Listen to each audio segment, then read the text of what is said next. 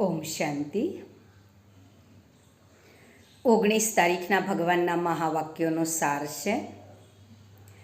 शिव बाबा के मीठे बच्चे, तुम्हारा काम है अपने आप से बातें कर पावन बनना. दूसरी आत्माओं के चिंतन में अपना टाइम वेस्ट नहीं करना. क्या करें तो हम पावन बने, विकारों से मुक्त बने. बाबा कहते अपनी चिंता करो, दूसरों की चिंता करने की जरूरत नहीं है. प्रश्न, कौन सी बात बुद्धि में आ गई तो पुरानी सब आदतें छूट जाएगी? उत्तर, हम बेहद के बाबा की संतान हैं,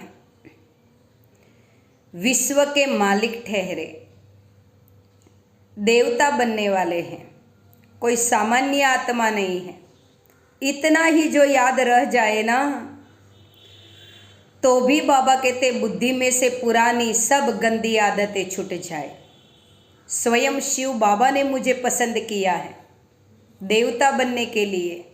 मैं देवता घराने की आत्मा हूँ, है ना, पवित्र आत्मा हूँ. इतना याद रहे तो भी गंदी आदत छूट जाए. कहो न कहो आपे ही छोड़ देंगे, सिर्फ ज्ञान समझ में आना चाहिए.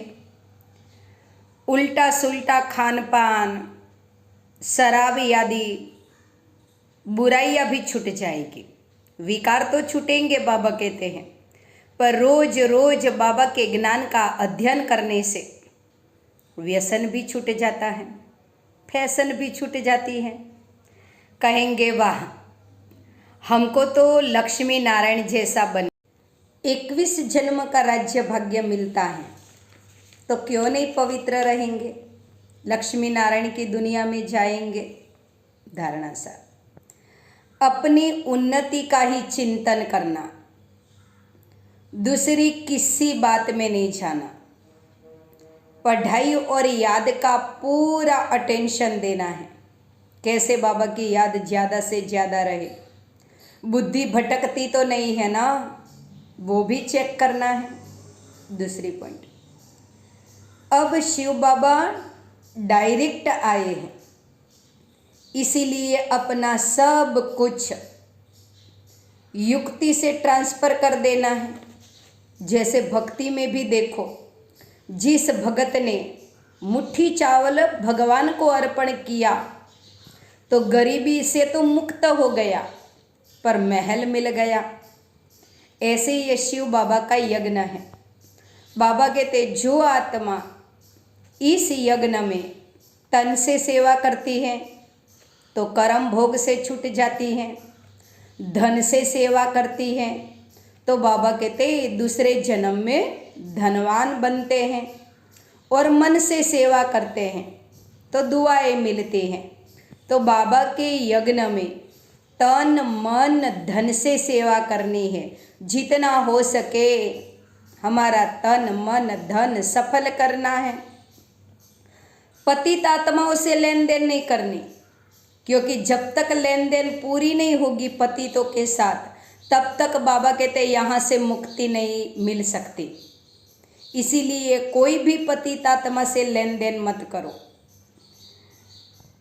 बाबा कहते पास विद ऑनर स्वर्ग में चलने के लिए, स्वर्ग में भी सब नहीं जाएंगे, जो पास विद ऑनर बनते हैं वही स्वर्ग में जाते हैं. इसके लिए पवित्र जरूर बनना है. जो माया के साथ युद्ध करते रहे करते रहे करते रहे, बाबा कहते चंद्रवंशी बनेंगे, सूर्यवंशी फिर नहीं बनेंगे. वरदान, बहुत सुंदर वरदान है आज का. मन और बुद्धि को व्यर्थ से मुक्त रख. ब्राह्मण संस्कार बनाने वाले रूलर भव. हमारा जो मन और बुद्धि है कहीं ना कहीं भागता ही रहता है, भागता ही रहता है. बाबा कहते हैं ना, बना बनाया ड्रामा है, कुछ नया नहीं हो रहा, फिर भी हम कितना चिंतन करते हैं, है ना, कितना मन बुद्धि में व्यर्थ चलता है. तो बाबा कहते हैं मन बुद्धि को व्यर्थ से मुक्त करो, तभी हम ब्राह्मणों के संस्कार धारण कर सकेंगे. देवता ही संस्कार बना सकेंगे। कोई भी छोटी सी व्यर्थ बात, व्यर्थ वातावरण व व्यर्थ दृश्य का प्रभाव पहले मन पर पड़ता है, फिर बुद्धि उसको सहयोग देती है।